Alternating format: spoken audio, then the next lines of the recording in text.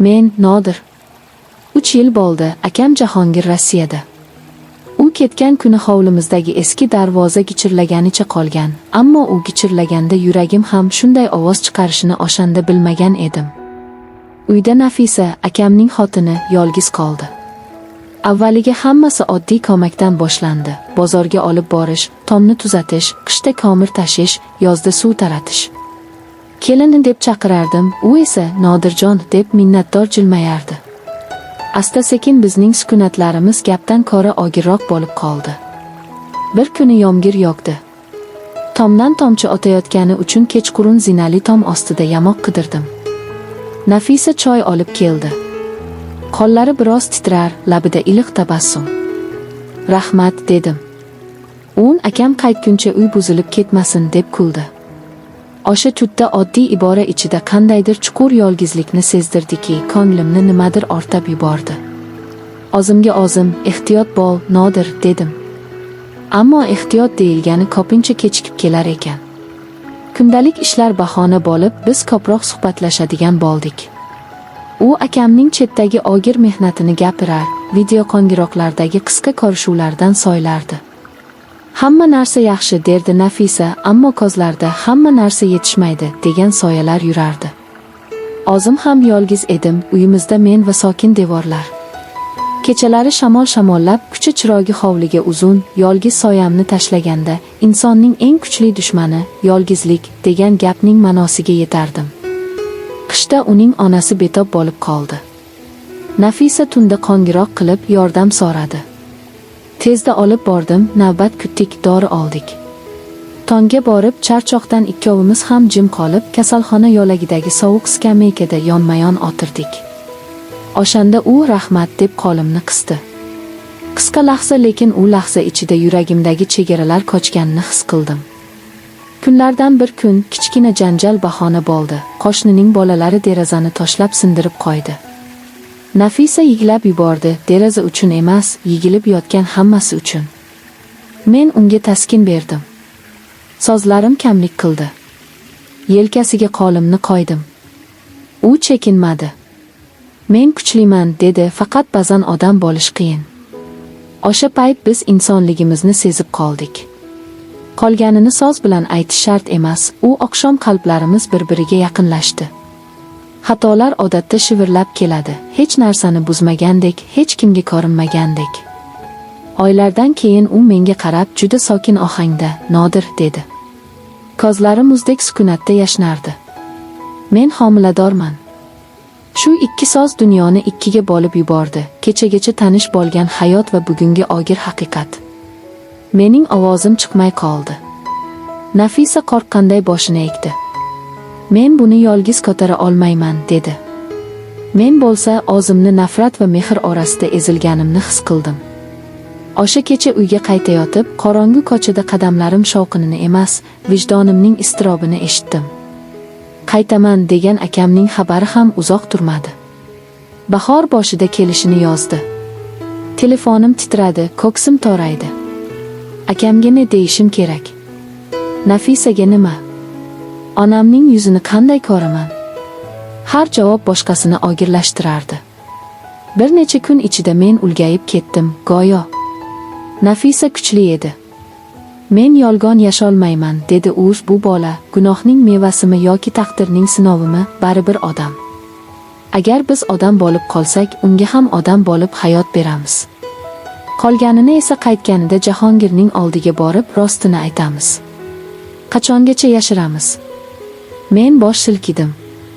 Qo'rquv bor edi, lekin undan ham kattaroq narsa mas'uliyat. "Men yoningdaman", dedim. Qanday bo'lsa ham.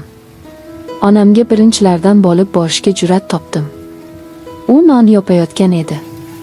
Pech og'zi oldida xamirga un sepib, "Yuzing oqarib ketibdi, bolam", dedi. Men hammasini bo'lib aytdim. Onam indamadi.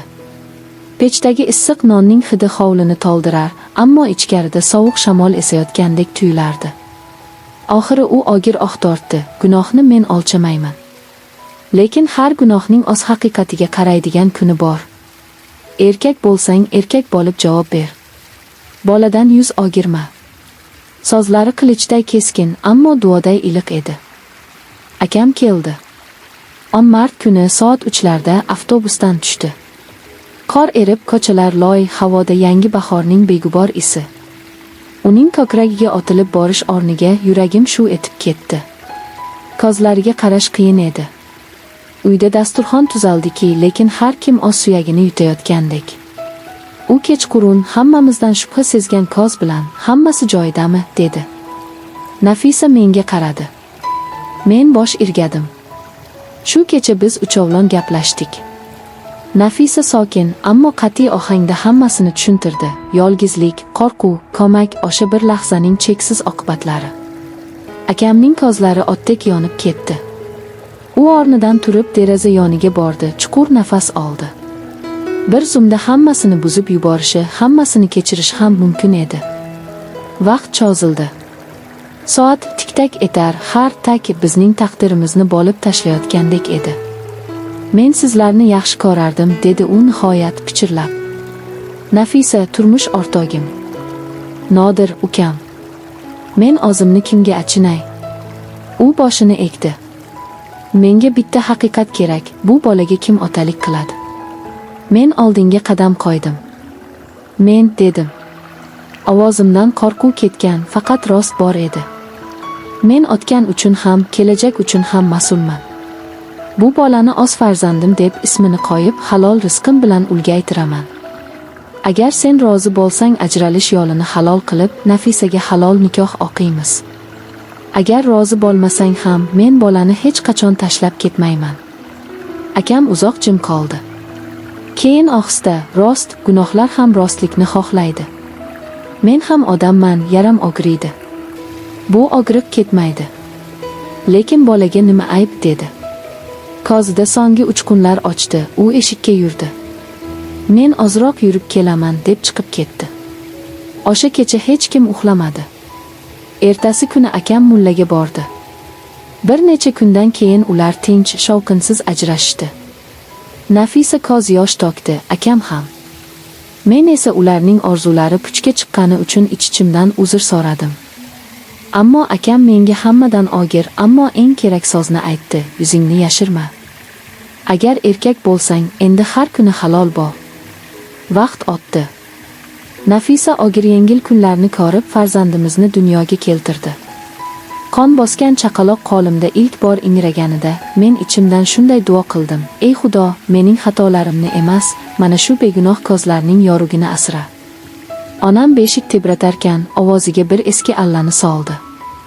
Hovlimizdagi darvoza hamon gichirlaydi, lekin endi har gichir, har tik-tak menga eslatadi. Odam har kuni tanlov qiladi, har kuni o'zini qayta quradi. Akam uzoqdan ham hol so'rab turdi. U o'z yo'lini topdi, hayotga qaytdi, boshqa yerda oila qildi deb eshitdik. Bir kuni kutilmaganda tashrif buyurdi. Ostonada to'xtab beshikda uxlayotgan bolaga uzoq tikildi. So'ng menga qarab qo'l uzatdi. "Ismi nima?" dedi. "Sabr", dedim. U jilmaydi, "Senga yarashgan ism. Men bilaman, hayot film emas, hamma narsa bir kadrda chiroyli yakunlanmaydi. Aybimiz bor, iztirob bor, lekin mas'uliyat ham bor. Biz yashirin aybni ochiq haqiqatga aylantirdik, toki bola yolg'on ichida ulgaymasin. Endi har kuni ertalab beshikning mayin ishi ostida bir narsani takrorlayman. Odam shunchaki sevib qolishi mumkin, lekin odam bo'lib qolish uchun har kuni o'zini tanlash shart. Shunday qilib, mening hikoyam gunohdan boshlanib, rostgo'ylikda davom etayotgan sinov. Balki kim uchundir bu nafaqat ogohlik, balki umid hamdir. Agar biz insonligimizni tan olib, javobini o'z aybimizdan qidirsak, hayot baribir yurishni biladi. Va bir kun kelib, darvoza gichiri ham qo'rqinch emas, balki yangi sahifaning ovoziga aylanadi.